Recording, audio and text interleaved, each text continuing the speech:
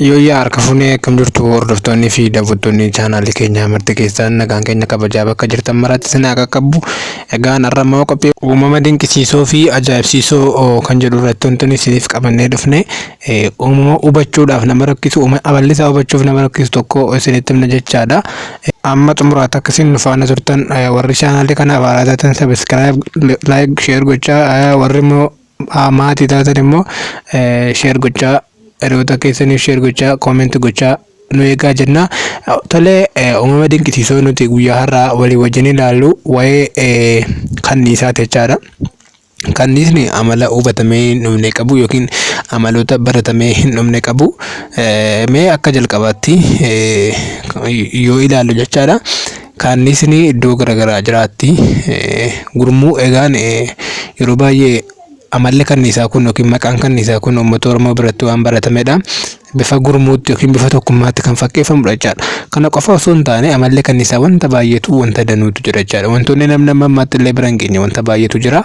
Isaan keessaa bakka kanniisni itti galan irraa yoo jalqabnu kanniisni mukatti hin galu. Muka gaafa jennu callisaa muka dirra irratti osoo hin taane yookiin dirra mukaa irratti osoo hin taane muka holqaa irratti galu, dhagaa gidduutti hin galu, kan biraa immoo haayif kan jennu yookiin artifishaal wanta ta'e kan namni hojjete gaagura isa jedhamutti hin galu jechaadha. Kanaaf kun habitaatii isaaniiti yookiin bakka bidoolee isaan keessa jiraatan yoo ta'u jechaadha. Amalooti kanniisaa gosa baay'eetu jiru jecha wantoota namatti tolan, nama kolfisiisan, ifin amanuuf illee wanta nama rakkisan baay'ee qabu. Amma xumuraatti na wajjin tura, dhaggeeffadhaa.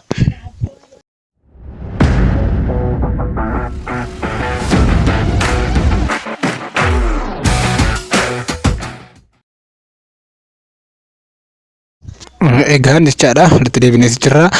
Kanniisonni gosa sadiitu jiru. Bakka bidoolee isaanii sana keessa bakka sadiitu jiru. Fakkeenyaaf gaagura keessa fudhannee ilaalle kanniisota gosa sadiitu jiru. Isheen jalqabaa mootii kan jedhamtu yoo ta'u saalli ishee dubara yookiin dhaltuudha jechaadha. Inni kan biraan warreen workers jedhaman yookiin immoo dalagdoota jechaadha. Baay'inaan kan argamanudha jechaadha. Warri kan biraan immoo dhiirotadha yookiin warra dhiiraati jechaadha.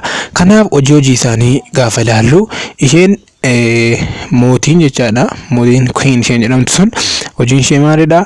Hanqaaquu buusuudhaa fi wal hormaata gaggeessuudha jechaadha. Kan isin ajaa'ibu jechaadha. Gaagura tokko keessa yookiin bidoolee tokko keessa mootii kanniisaa tokko qofatu jira jechaadha. Akkuma beekamu mootiin lama yookiin kormi lama dallaan bulu jedhamee mammaakama miti gaafa mammaakamu inni kun isa kana agarsiisuudhaaf jechaadha. Yoo akkam ta'e jechaadha bidoolee isaanii gaaguras ta'uu danda'a, holqa mukaa dhagaa keessa ta'uu danda'a. Mootiin kanniisaa meeqatu jira jechaadha? Tokkotu jira. Mootiin kanniisaa sun immoo maalidha? Saalli ishee dhaltuudha jechaadha. So mootii kanniisaa dhaltuu malee kormi ta'uu akka hin dandeenye asumarraan hubachuu dandeessu jechaadha. So mootiin kanniisaa tokkotu jira erga jenneeti jechaadha. Bifti ishee guddaadha jechaadha. Kan amma footoo irratti argaa jirtan kana ta'uu danda'a. Bifti ishee guddaadha. Ofii isheedha warra sana workarsootaa fi warroota dhiirota sana droonis jara caalti jechaadha. Humna ol caalti jara. So workers kan jedhaman kun baay'inaan bidoolee yookiin gaagura tokko keessa kanneen jiran jechaadha. Gaagura tokko keessa 10,000 hanga 50,000 ta'u jechaadha. Baay'inni jara warri workersiin kun dalagdooti warri jedhaman kun jechaadha. Dalagdoonni kun gaheen hojii isaanii maalidha? Tokko damma dammeessu jechaadha. Damma kan dammeessu warra dalagdoota yookiin workers warra jedhaman kanadha. Inni kan biraan immoo agartanii ta'u carraa argatanii warra argitan yookiin immoo viidiyoo irratti argitanii ta'uu danda'a. Yeroodhaan darabeedhaan waardiyyummaa hojjetu jechaadha. Gaagura sana waardiyyummaa hojjetu. Caafii gaaguraatti ba'anii in eegu jechaadha. Kanniisa alaa dhufe fakkeenyaaf bal'isnee in ilaalla jechaadha. Gaagurri tokko gara alaarraa maal eegdi kan jedhu wantoota gurguddoo lamatu jira. Inni tokkoffaan diina eegdi. Callistanii namni tokko damma baasuuf yoo dhaqe yookiin bineensi biraas ta'u wanti biraan yoo dhaqe jechaadha. Protect gochuuf yookiin immoo bidoolee isaanii sanarraa ittisuudhaaf jechaadha kan isaan dhaabbatanu. Inni kan biraan kanniisonni kun jechaadha. Wanti isaan hojjetan inni guddaan warra workersiin damma yookiin haniisa jedhamu kana kan hojjetan jaradha jechaadha. damma kan hojjetu kanniisa dalagduu yookiin immoo workers kan jedhamtu kana jechaadha. So warri kan biraan warra afan warri dhiirotaa jechaadha. Warri dhiirotaa warri drones warra namanu ba'aniitiyyuu baala yookiin ababaa daraaraa biqilootaa walitti sassaabanii gaafa dhufan jechaadha. Warrumti workersii keessaati jechaadha kan isaan deemanu. Gaafa deemanu maal godhu workersoonni tuukaa warra dhiirotaatti darban jechaadha.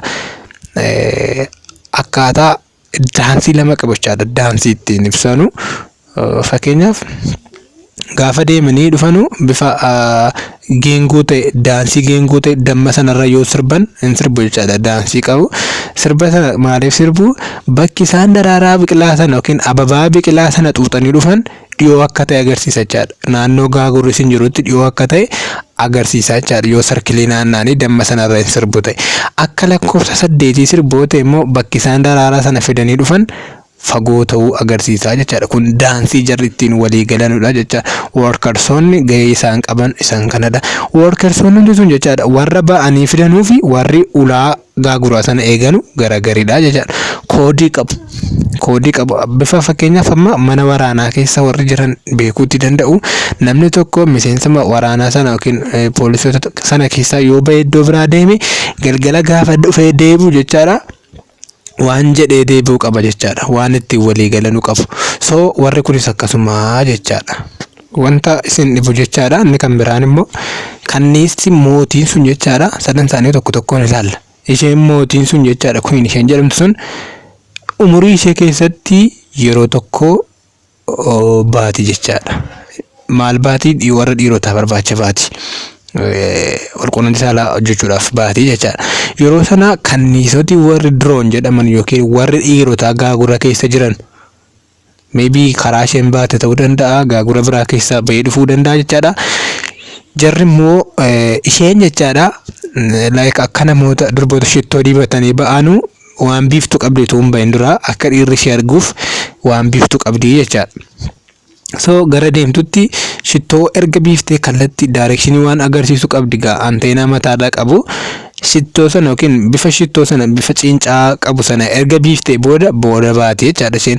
So fooliin sun warra dhiirotaa sana gaagura keessaa dhaqee dammaqsa jechaadha. Gaagura biraa keessaa jechuu kooti. So jarri immoo ishee barbaacha ba'uu jechaadha.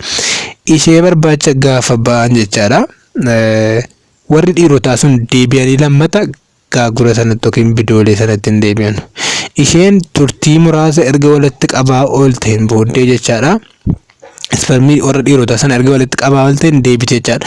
Wanti isin garramu immoo kormi kanniisaa sun jechaadha. Al tokko walqunnamtii saalaa raawwate jennaan carraa lubbuun jiraachuu hin qabu jechaadha. Al tokko raawwannaan gaafasuma du'aa jechaadha. Yoo ishee argatedha kun. Yoo ishee argatee walqunnamtii saalaa sana raawwate carraa jireenyaa waan hin qabneef hin du'a. Haa ta'uyyuu malee carraa ishee argachuu hin qabu yoo ta'e immoo ittiin deebi'u jechaadha. Hin deebisamu. Waardiyyoonni barreerra jiru jedhee akka isin amma isinitti haasaa ture ittiin deebifamu. Ol hin deebi'u jechaadha. Hin dhorkuun yoollee inni deebi'uuf yaadu malee yoo inni deebi'uudhaaf dhufeyyuu itti duulanii ajjeesu jechaadha waardiyyoonni sun.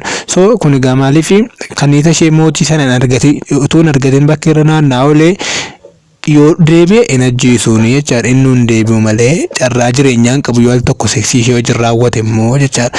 Kun egaa maal agarsiisa?